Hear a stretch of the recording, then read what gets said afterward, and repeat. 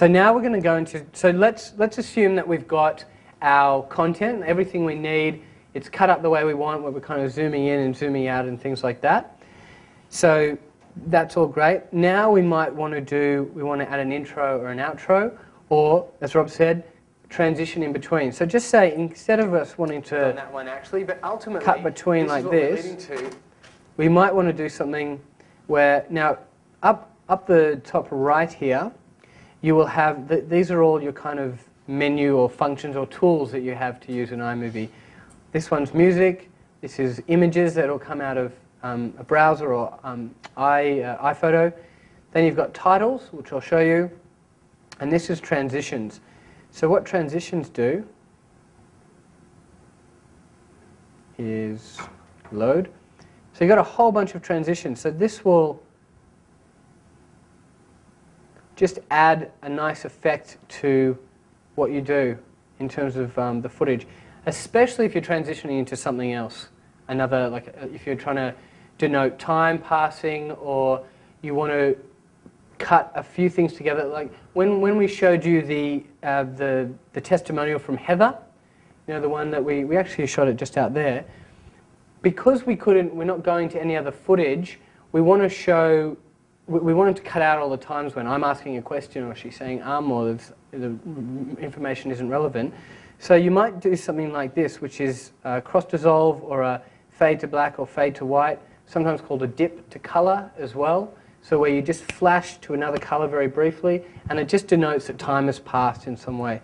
So in this situation, and as Ben's choosing those cross dissolves as well, something to keep in mind, think about when you're doing it. Often if you see these new little cross dissolves and you think, oh, that'd look cool, again, it's one of those things of going back to that thinking, one or two colors, one or two fonts. I like simple, so I like fade to black, cross dissolve, that type of stuff. Occasionally I might use the dot or the page turning, depending on what it is that I'm trying to get across. But my friend has this thing, he's a design person, and we always joke about the lens flare. I don't know if you've seen that tool in Photoshop. You add a lens flare to something and it looks really cool, and it does, and it's super easy, but it's a very amateur thing. For someone who actually knows, it can look cool to the untrained eye, but the trained eye will look at it and go, they've just added a lens flare. So I find that some of these things can be a little bit gimmicky, so I personally like to go for, and again, it depends on the situation, and there's always exceptions, but I like to go for the simple dissolves and fades and stuff like that. I agree.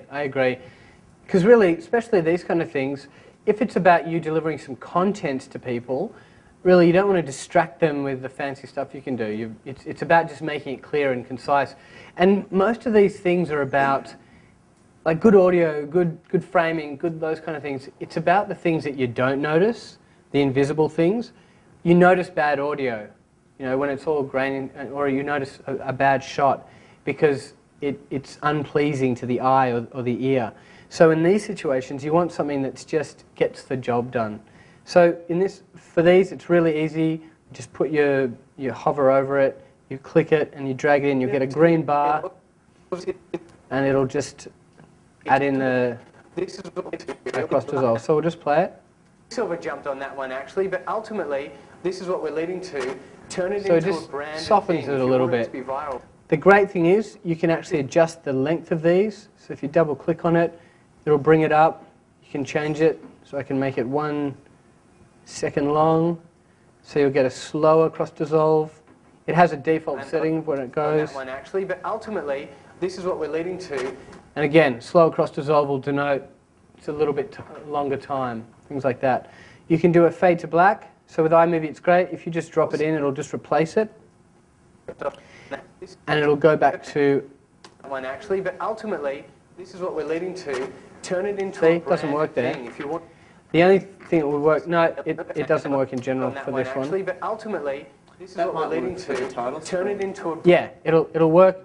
Yeah, it works in different situations, but for this one it doesn't. So let's just go back to a cross dissolve. So again, play around with it. I'm a button pusher. When I got that camera, I sat on the ground in my apartment for 3 hours pressing every single button because I wanted to know how it worked.